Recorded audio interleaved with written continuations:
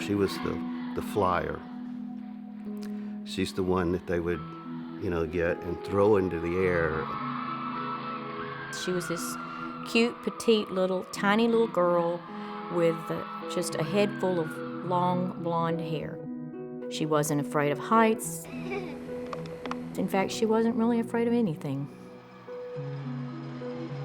We had noticed she had just gotten weak.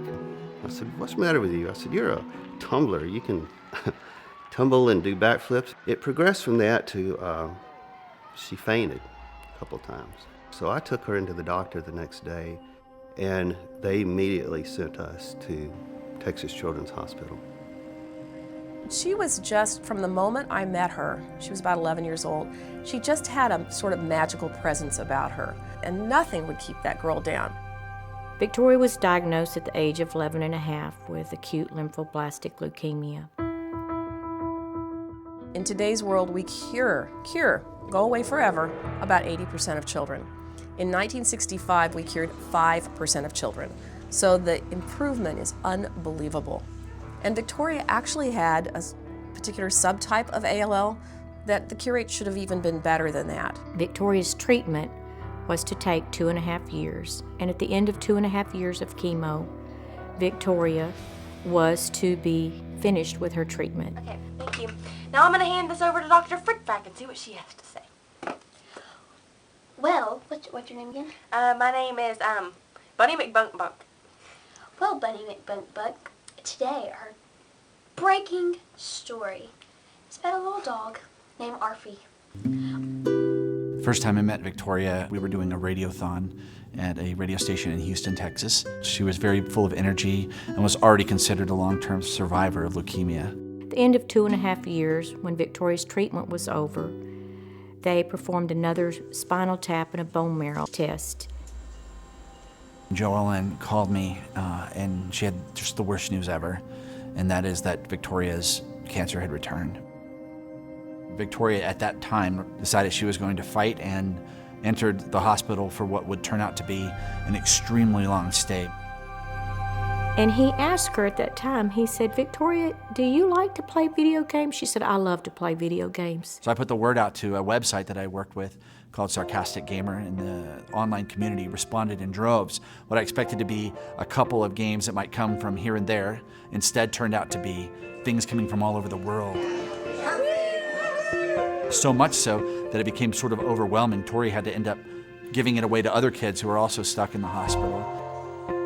And she made it through, and 9 months later, she relapsed again. So this was 3 times she was told that she had cancer. She couldn't be around other people that could have any infections. When she was out, she had to wear her masks. During this time, Victoria contracted a fungal infection, which is from a very low immune system, and she had little to no immune system left. And I asked her what she wanted for Christmas, and she said, "I'd really just like to get out of this hospital and go see Christmas lights. Christmas lights are something my family and I go see together all the time, and I can't even leave to go see Christmas lights." And after about 10 minutes, we rolled back upstairs to her room, and we had our picture made in front of a little Christmas tree. And I said goodbye. In that picture is one of my most prized possessions, because it was taken just moments before I saw my friend for the last time. And Victoria passed away before I could get back to see her.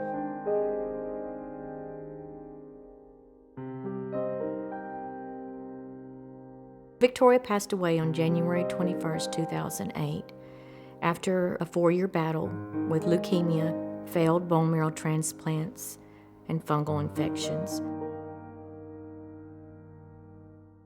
It was as a result of Tori's death, sitting at her funeral, that I made up my mind that I needed to be doing this, not just a couple days a year with a radiothon, that I needed to be doing this with my life.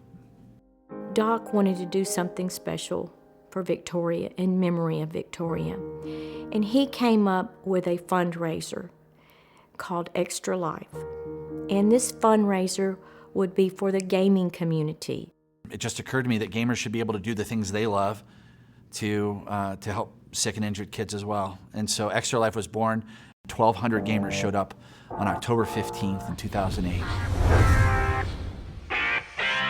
With this year's Extra Life Gaming Marathon, we're helping save kids' lives. You don't even have to be a crime-fighting superhero. Each and every year afterwards, it continued to grow. Gamers responded by being able to game for their local hospitals. The next year, 4,500 gamers showed up, raised almost $500,000. The year after that, it was 15,000 gamers raising $1 million, and the next year, 17,000 gamers raising $2.1 million. Then in 2013, over 40,000 gamers came together to raise over $4 million. Video games are like the #1 form of entertainment on planet Earth, have been now for quite a while. Anyone could be involved in Extra Life. Gamers aren't that pale kid in mom and dad's basement. They're mom and dads, they're aunts and uncles. A young child to an older adult to a grandparent. You can take all that fun of playing games for 24 hours and reach out to your friends and bring them to your environment. Or if you want to play a board game, a card game. The funds that Extra Lifers raise can go to a variety of purposes in the local area at the local hospital. So maybe your extra $20 or your extra $50 goes to curing 87% of children with leukemia. They might buy an isolette for a baby that is born the size of a cell phone and has to fight for its life. I can guarantee you that that money goes directly back to these children to keep this from happening again to someone else's child. Getting involved with Extra Life is really simple. You just have to go to the website at extra-life.org, put in a few details in there, join a team if you'd like to, or create one. After that, it's as simple as fundraising with your friends and family. Let them know why you are doing this. They should know that the money you raise is going to stay local in your community. We never will truly lose Victoria because she will live for all of us through this.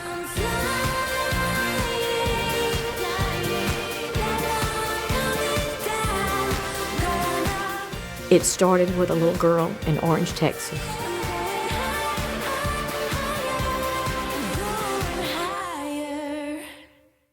And I think that's all we have to say for today. All we have to say today, so So we'll see See you you tomorrow later at on news at whatever time it is. at Victoria's house. Bye.